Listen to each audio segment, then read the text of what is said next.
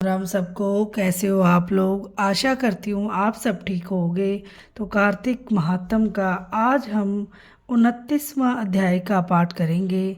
और वीडियो को पूरा देखें, चैनल को लाइक शेयर और सब्सक्राइब ज़रूर करें और बेल आइकन को ज़रूर प्रेस करें ताकि मेरी वीडियो की नोटिफिकेशन आप तक पहुंच सके। और जो भी चैनल पे नए हैं, सब्सक्राइब लाइक करना बिल्कुल ना भूलें। आपके लाइक सब्सक्राइब से बहुत मोटिवेशन मिलती है। तो चलो हम अध्याय प्रारंभ करते हैं।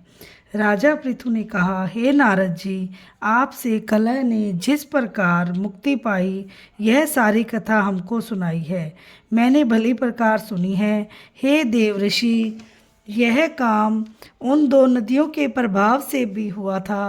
कृपा करके मुझे यह बताने की कृपा कीजिए। कृष्णा नदी साक्षात भगवान श्री कृष्णचंद्र जी महाराज का शरीर और वेणी नामक नदी भगवान शंकर का शरीर है। इन दोनों नदियों के संगम का महात्म श्री ब्रह्मा जी भी वर्णन करने में असमर्थ है। फिर भी चूंकि आपने पूछा है तो अतः मैं आपको उनकी उत्पत्ति का वृत्तांत सुनाऊंगा। ध्यान से सुनो। चाक्षुष मनवंतर के आरंभ में श्री ब्रह्मा जी ने साहा पर्वत के शिखर पर यज्ञ करने का निश्चय किया। वह सब देवताओं, भगवान विष्णु और शंकर जी यज्ञ की सामग्री लेकर उस पर्वत के शिखर पर गए। तब महर्षि भृगु आदि ऋषियों ने ब्रह्म मुहूर्त में उन्हें दीक्षा देने का विचार किया। इसके बाद उन्होंने श्री ब्रह्मा जी की पत्नी त्वरा को बुलवा भेजा। वह बड़ी आहिस्ता से आ रही थी। इसी बीच में भृगु जी ने विष्णु जी से पूछा, हे प्रभु, आपने त्वरा को शीघ्रता से बुलाया था, वह क्यों नहीं आई? ब्रह्म मुहूर्त टल गया है। इस पर भगवान विष्णु ने कहा, यदि त्वरा यथा समय यहाँ पर न आई तो वह आप गायत्री हो ही स्त्री मानकर दीक्षा विधान कर दीजिएगा। क्या गायत्री पुण्य कर्म में ब्रह्मा जी की स्त्री नहीं हो सकती? नारद जी बोले, भगवान शंकर ने भी विष्णु जी की बात का समर्थन किया और यह बात सुनकर भृगु जी ने गायत्री को श्री ब्रह्मा जी के दाईं ओर बिठाकर दीक्षा विधान आरंभ कर दिया। ऋषि मंडल गायत्री को दीक्षा दे ही रहा था कि इतने में त्वरा भी यज्ञ मंडप में आ पहुंची।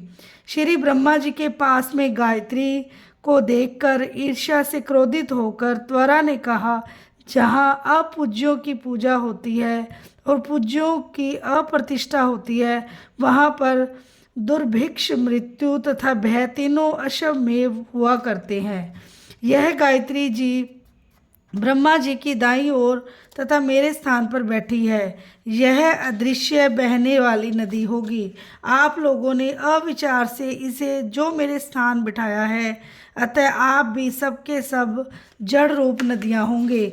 नारद जी ने राजा पृथु से कहा, हे राजन, इस तरह त्वरा के श्राप को सुनकर गायत्री मारे क्रोध के लाल बबूका होकर अपने होठ काटने लगी। देवताओं के मना करने पर भी उसने उठकर त्वरा को श्राप दे डाला।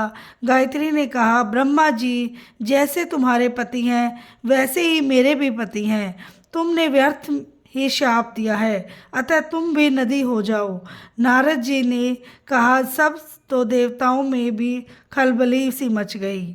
वह त्वरा को दंडवत करके कहने लगे, हे देवी, तूने जो ब्रह्मा आदि सब देवताओं को शाप दिया है, इससे यदि हम सब जड़ रूप नदियाँ हो जाएंगे तो फिर निश्चय ही यह तीनों लोक न हो जाएंगे और रूप नदियाँ हो जाएंगी। तीनों लोक नदियाँ हो जाएंगी और फिर निश्चय ही यह तीनों लोक न हो जाएंगे, क्योंकि यह शाप तुमने बिना विचार दिया है, अतः तुम इसे वापस ले लो।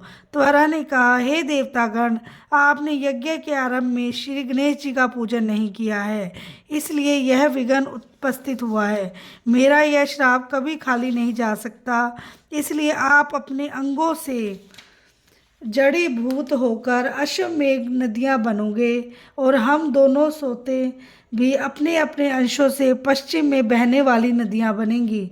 नारद जी ने राजा पृथु से कहा, त्वरा के यह वचन सुनकर सभी देवता, विष्णु, शंकर आदि अपने अपने अंशों से नदियाँ बन गए। भगवान विष्णु के अंश से श्री कृष्ण कृष्ण भगवान शंकर के अंश से वेणी तथा श्री ब्रह्मा जी के अंश से कुकुमती नाम वाली नदियाँ उत्पन्न हो गई। सभी देवताओं ने अपने अंशों को जड़ बनाकर वहीं साहा पर्वत पर फेंक दिया। फिर उन लोगों के अंश अलग अलग नदियों के रूप में बहने लगे। देवताओं के अंशों से हजारों की संख्या में पश्चिम वाहिनी नदियाँ उत्पन्न हो गई। गायत्री और त्वरा दोनों पश्चिम वाहिनी नदियाँ होकर एक साथ बहने लगी। उन दोनों का नाम सावित्री पड़ा। श्री ब्रह्मा जी ने यज्ञ स्थल पर भगवान विष्णु और शंकर जी की स्थापना की। दोनों देवताओं महाबल तथा अति बल के नाम से विख्यात हुए। राजन श्री कृष्णा और वेणी नदी की उत्पत्ति का यह वर्णन मनुष्य सुनेगा उसे दर्शन और स्नान का फल मिलेगा। मतलब जो भी कृष्णा और वेणी नदी की उत्पत्ति का यह 29वें अध्याय का पाठ सुनेगा उसे दर्शन और स्नान मात्र मतलब नदी के दर्शन और स्नान का फल घर बैठे ही प्राप्त हो जाएगा। और आशा करती हूँ आपको मेरी कथा पसंद आई होगी और मुझसे कोई गलती हुई मुझे क्षमा करना। तो चलो हम नारायण नारायण का मंत्र का जाप करते हैं। श्रीमन नारायण नारायण नारायण भजमन नारायण नारायण नारायण जपमन नारायण नारायण नारायण भजमन नारायण नारायण नारायण लक्ष्मी नारायण नारायण नारायण राधे नारायण नारायण नारायण। और जिसको कथा पसंद आई है वो कमेंट में राधे राधे ज़रूर लिखें। जय श्री श्याम। राधे राधे।